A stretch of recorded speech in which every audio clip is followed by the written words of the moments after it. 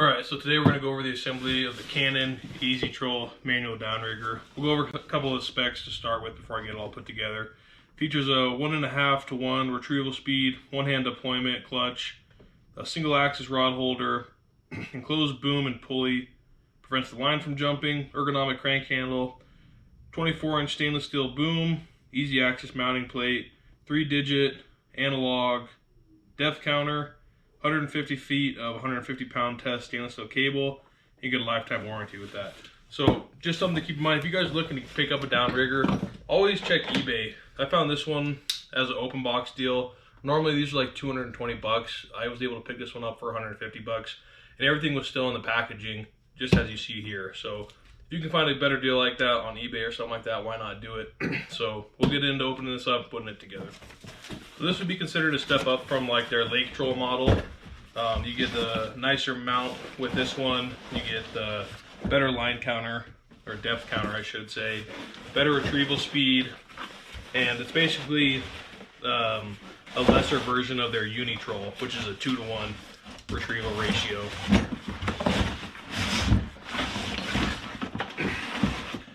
So this will be your boom when we go to put that together. That's your crank handle.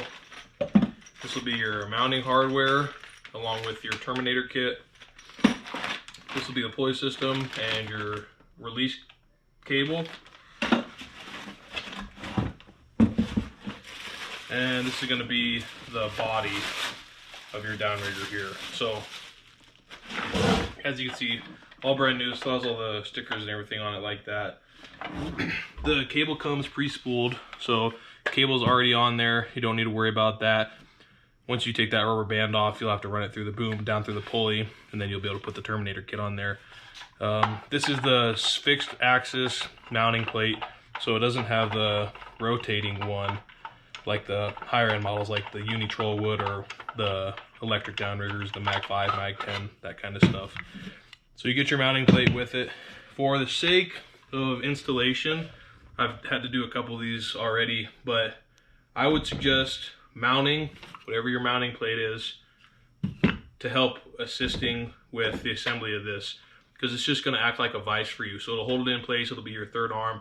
You can get this put together a lot better without it moving around and struggling with some of the parts during the assembly. So we'll go ahead and throw this in here. I got mine flipped around backwards for now. I got the rotating axis though, so not too big of a deal there. Get that locked in. Okay, so once you have your mount installed and your downrigger on your mount, go ahead and grab the boom and take this collar.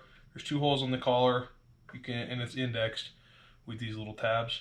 You can slide that in, make sure it's square. Then the boom has a hole for that to go through as well. So take your boom, slide it in, get those holes aligned. And something I've ran into just from building a couple of these, there are 2 different screws with that come in the kit. One of them has a smaller diameter head and one of them has a larger diameter head. There's 8 of these in varying lengths, 4 and 4. So there's only 1 of these screws though, and the reason I point that out is because this fits perfect in this pocket. So you want to make sure and use this screw, or else you're going to be taking some of your mounting bolts out to swap it out so that'll fit correctly. Go ahead and grab that screw, put it through there, and these are all nylock stainless steel nuts. So this side has a hex pocket already, so you don't need a wrench or anything or socket to hold on to that. It'll tighten by itself. Grab a number 3 Phillips head. You can do it by hand or a little quicker with the drill. So I'll run it in with the drill, tighten that down, and you're all good with the boom. Okay, so next, go ahead and grab your pulley. There's 2 holes for a screw to go in on that. Put that in. There's a screw hole on the top of the boom.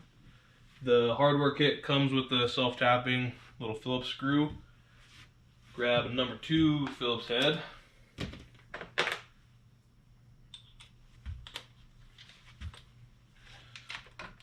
Start to thread that in by hand. And then you can zip that in. It's going into plastic, so it doesn't need to be crazy tight. It's a coarse thread, so it'll bite pretty good. After that, we're going to go ahead and grab the cable, spool it through here, down the pulley, and then we'll get the Terminator kit attached to that.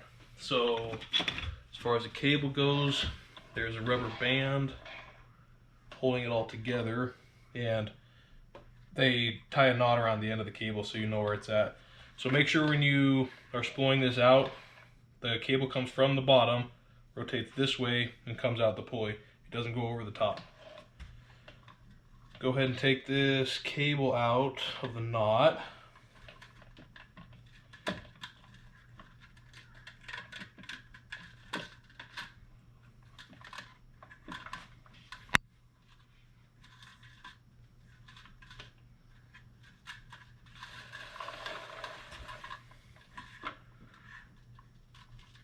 Try to keep tension on the cable because it's got some memory. It'll want to unwind.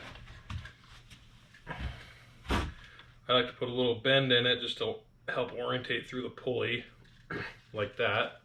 If you can see that. Then take it, feed it through your pulley, and then you should be able to come out on the other side. No problem there.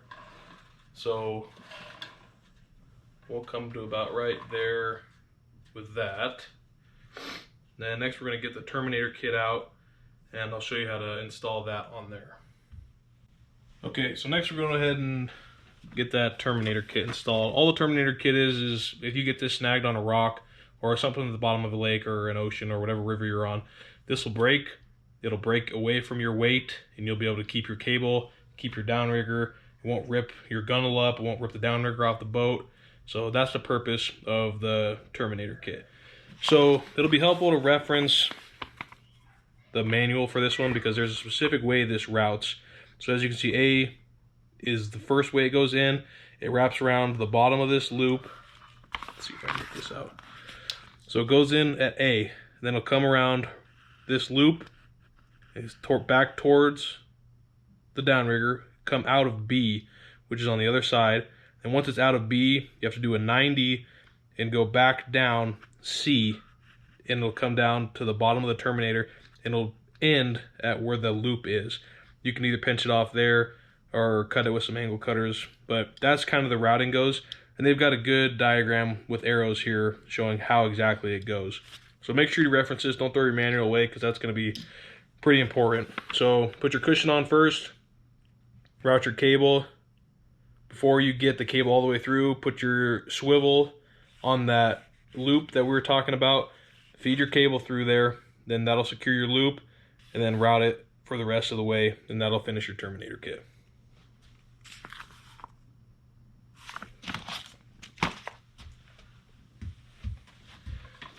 You're going to want a pair of pliers when you're routing this as well. So let's see here. Looking through, get your cushion, this little rubber piece, feed that through the downrigger cable first.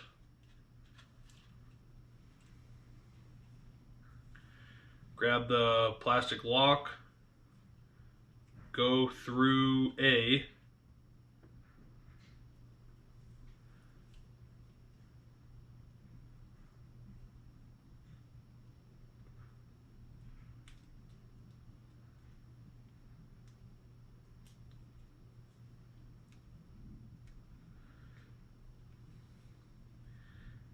and as silly as it sounds, it's going to be important to try and keep this cable, the end of it, as clean as possible of any frays.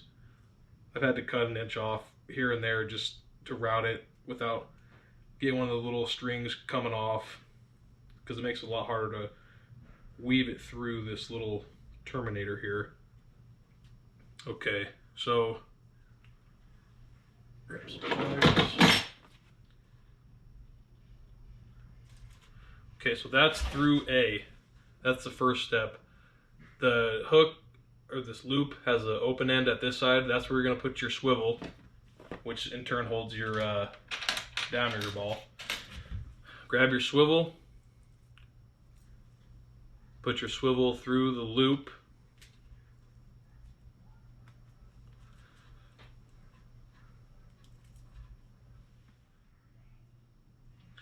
So get your cable, pull it through a little bit, run it through the eyelet of the swivel and around the channel in the loop. So as you can see, it's through the eyelet on my swivel, then it goes around the loop. I like to leave it somewhat loose. I don't want to cinch it down yet, give it a kink or anything like that, because you can tighten this back up in the reverse manner to save as much of your cable as possible. And that way you're not fighting it down here to try and cut it off. So that's through my swivel, it's in the channel. I'm gonna go ahead and run it up the back side of the turbinator.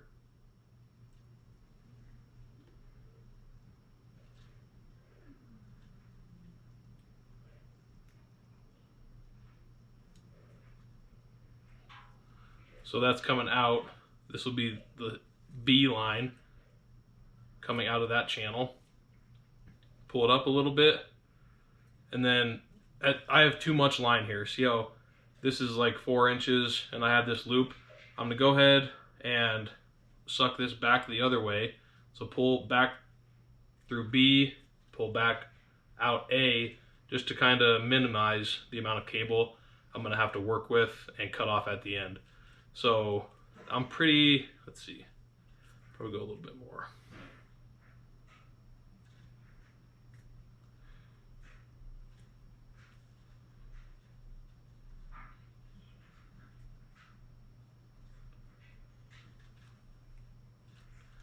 Okay, so I'm about happy. Oh, I just pulled it all back through.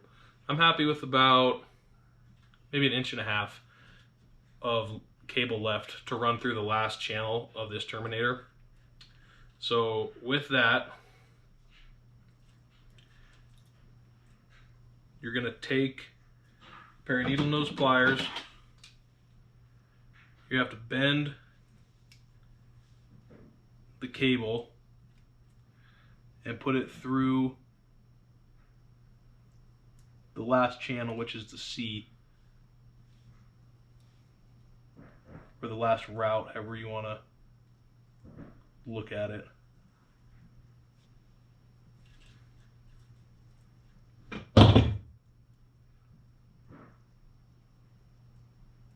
And see right here, I'm already messing it up. I got that fray, and you probably won't be able to see it on the camera, but I've got one strand of cable that's binding up going through the channel. That's just gonna fight you the whole way. So pull some through.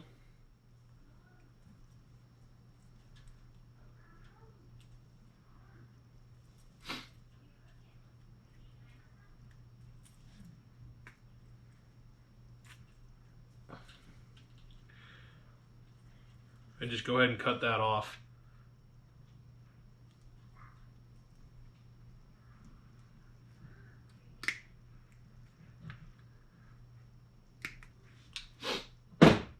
That way they have a fresh start again, you'll be able to route it a little bit easier. So go and try that again.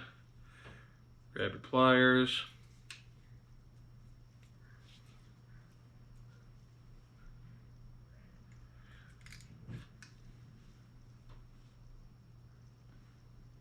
Bend it around.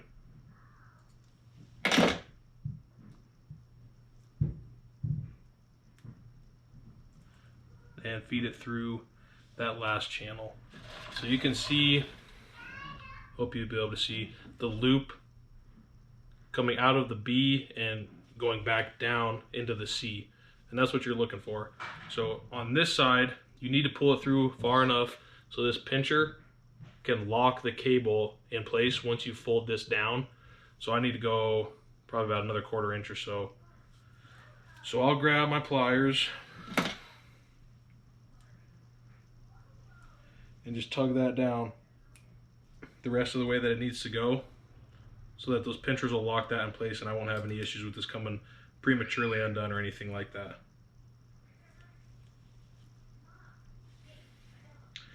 Okay, so that's done.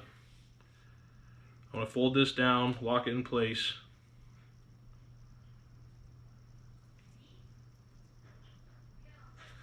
So pinch that, grab a set of pliers, give it a little extra. So that's gonna be locked in place there. So that's your terminator kit. And like I said, see how that loop's at the bottom? Just take your A, and you can get it around that loop and cinch it down to make that look how it's supposed to, just like that. So Terminator kit's done. Grab your cushion, and that just sits in a pocket like that, and that's going to be your Terminator kit. Terminator kit's done. Last thing to do is going to be to get your crank put on. So here's your crank. It's already got the washer or the nut inside of there. Take this packing seal off. It's just a little rubber thread protector. Take that off, and then don't lose this spring, washer, clutch, and then the other washer. So you need to leave that all on there. They already have it pre-assembled for you in that matter. And then go ahead and start to thread your handle back on.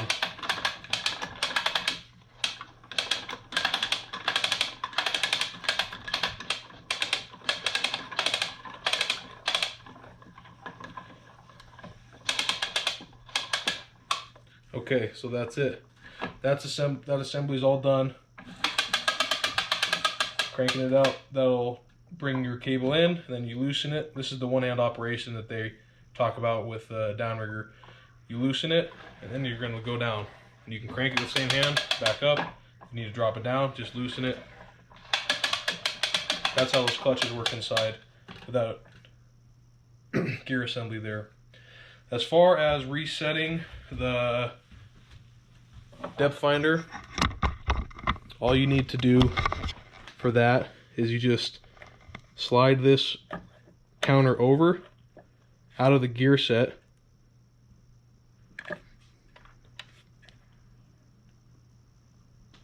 and then you can, you gotta be just right here. Let's see, go this way. You can reset to your 0 or whatever you desire it to be. It doesn't have to be 0. It's if you want to do it from the side of your boat to the water line and set that as 0, you can do that. But that's how you reset your depth dial on the Downrigger. Okay, so last thing we need to do is throw your rod holder on there. Comes with a single axis rod holder on the Easi-Troll. The Uni-Troll comes with a dual axis, so you can go forward, backward, but also have the elbow to go left to right. Canon offers that upgrade. It's the same mounting, everything's the same. It's just this model doesn't come with it. So if you want to get that from Canon, it's like 35 bucks on their website, and you can upgrade to a dual axis rod holder. So take your spring that comes in the bag, thread your handle through it. There's going to be a nut on the other side of this. I'm going to get that set in. It also has the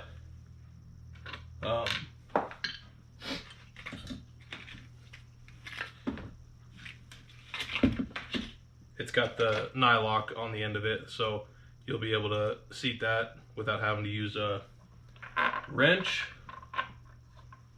So get that set in.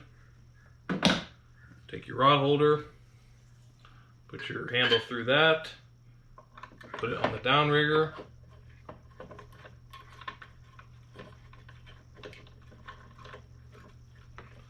Just feel that start tightening.